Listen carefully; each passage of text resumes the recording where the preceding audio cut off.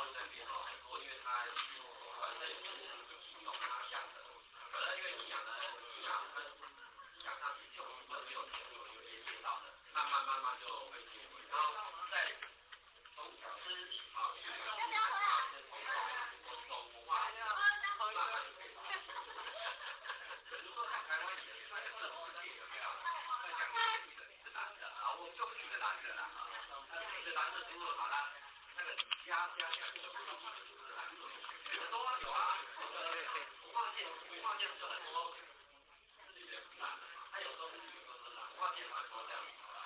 但是他是里面有一个创造一个共同利益，就是利益跟利益点嘛，而这共同利益跟利益点其实它是会去分担的，我们都是就是像智能公司虽然我们大家都知道智能公司是偏蓝色，但是